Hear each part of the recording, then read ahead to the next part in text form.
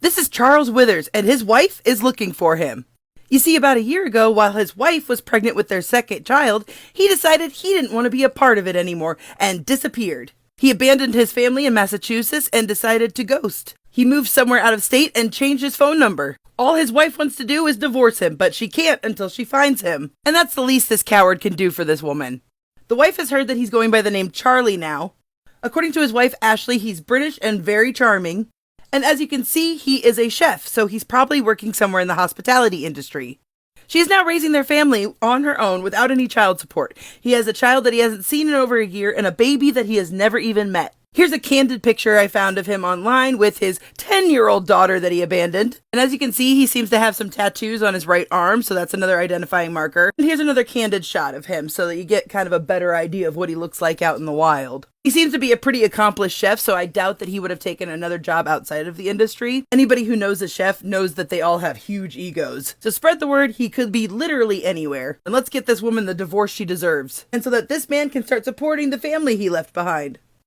It seems like he is actually in Texas. I've been talking with women who have been matching with him on Bumble in the Fort Worth and Dallas area. Mostly Dallas, so that's where we believe that he lives. He also specifically in his Bumble profile says that he's British and a chef, so we're pretty sure we found the right guy. So if anybody is on Bumble and in that area, please go look through your matches, try to see if you can find him. I don't know how Bumble works really, so do your best to get the information you can. I've been trying to message his wife and get a hold of her. I've been putting comments on the original FB post. I'm still waiting to hear back from her though. For those of you asking why she just doesn't get a divorce without knowing his location, the state of Massachusetts, when you get divorced, you have to put down your spouse's address so that they can serve him with child support papers, which obviously she deserves. That way the government can reimburse her and then they can go after him for the support. Usually they'll garnish paychecks if he's not willing to do something directly with her, which I have a feeling he won't. In the state of Massachusetts, she has to put a notice of divorce published in a local newspaper for at least 3 consecutive weeks.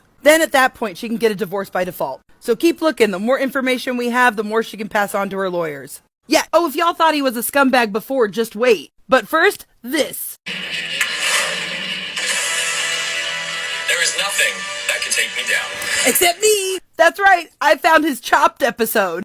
But not only did Charlie here skip out on his wife and children, but he dipped out on his staff and didn't pay them. I've been contacted by several people who used to work for him. And Charlie got into some trouble because he picked up a habit. That habit got so out of control, they tried to have an intervention for him. Then after the restaurant boarded up, all the employees found out that their last paychecks bounced. Charlie has a rich daddy back in England who bails him out when he gets in trouble. And his family promised that they would pay all the employees their paychecks. But instead, Daddy filed bankruptcy for him. The restaurant employees wanted to sue for their last paycheck, but they couldn't find a lawyer to take the case because it wasn't big enough for the lawyers to think it was worth it for their cut. And since everybody in the restaurant industry don't have $500 retainers on hand, he was just going to get away with it. Now that this story has gone viral and his reputation in the industry is permanently damaged, now he'll be embarrassed enough to maybe pay the people that he stiffed, including his wife and children. By the way, I did talk to her. She knows all this information. She has his address. She's good to go, y'all. Now I'm looking for lawyers to take the case of the employees. If anybody's interested in helping, please reach out to me. Or if you know anybody who's interested in helping, please do, and I'll pass the information along to the employees that have reached out to me. And Charlie, if you think I'm playing with you, have you seen what I've been able to do in a day? I'm very good at what I do, Charles. Call Daddy, open up the pocketbook, and we can be done here. Oh, hey Charles, turns out that you are currently employed as a private chef for somebody quite famous. And I bet he would love to hear all about that money you stole. You see, not only did he not pay the employees, not only did he sell gift cards to people that he never reimbursed them for, knowing that the restaurant was going to close. Not only did you take a huge deposit for a wedding, only to not tell them that the restaurant had closed, and they showed up at it. Oh no. Let's talk about the $150,000 you stole from an investor to open up a second restaurant that never happened. Yep, he's a con artist, folks. And yet somehow Charlie has still managed to worm his way into the good graces of the elite. Because he is currently the private chef for Taylor Sheridan, the producer of Yellowstone. And how do I know this? Well, here's Taylor and his wife. And just yesterday on Instagram, his wife Nicole posted this. Oh! Oh! Well, would you look at that? It's Charles Withers, America's scumbag. I'm sure Nicole would be very interested to know what's going on with her private chef. Last thing we would want is for her and her husband to be tricked into some sort of investment partnership. So who wants to go let her know?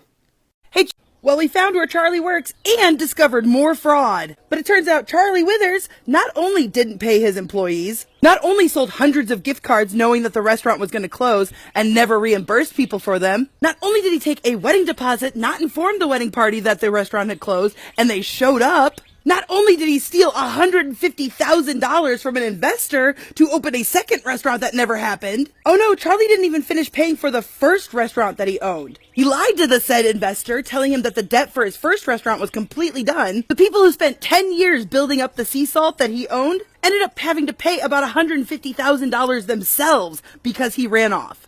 They had to pay off the landlord that owned the building still, just so they could take possession of the restaurant and try and sell it, which ended up being essentially worthless because Charlie left the restaurant in such disrepair. Then it was discovered that Charlie currently works as a private chef for Taylor Sheridan, the producer of Yellowstone. How do we know this? Because his wife, Nick Sheridan, posted this 2 days ago on her Instagram.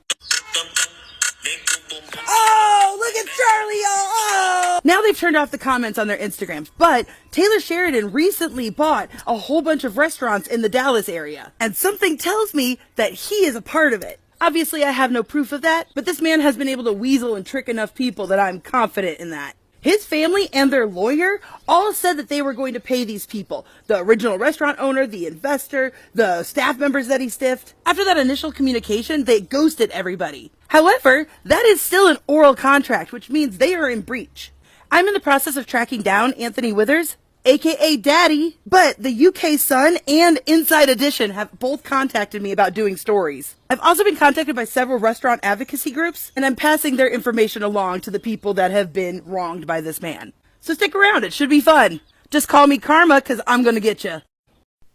I found Daddy! Everybody meet Anthony Withers. This is the man who promised to pay the staff and ghosted. This is the man who promised to pick up Charles' debts and didn't. This is the man who has helped cover up and enable his son's crimes. Which, by the way, I have more info on that. We'll circle back, though. Not only is Anthony Withers a banker, but he's the former CEO of the biggest East African and Indian bank, who retired early for personal and family reasons. But according to this article out of Africa, he was said to have closed his eyes to operations in the banks. AKA shady shit was happening under his watch. But perhaps it has something to do with Charlie committing fraud up and down the East and Gulf Coast. According to my sources, this man has been committing fraud and theft since 2015 at least. So now I'm reaching out to find anybody else who has worked with him, specifically in New Orleans and Florida. This man is a con artist and a sociopath who just jumps from city to city, leaving a wake of destruction in his path. And Anthony Withers has enabled this path of destruction. When the mother of his grandchildren came to him for help, he told her to, quote, kick rocks. I imagine this is embarrassing to a man of your position. To you rich Brits, your reputation means everything. So I suggest you have that lawyer contact all those people again, and you lay out a timeline to get these people their checks.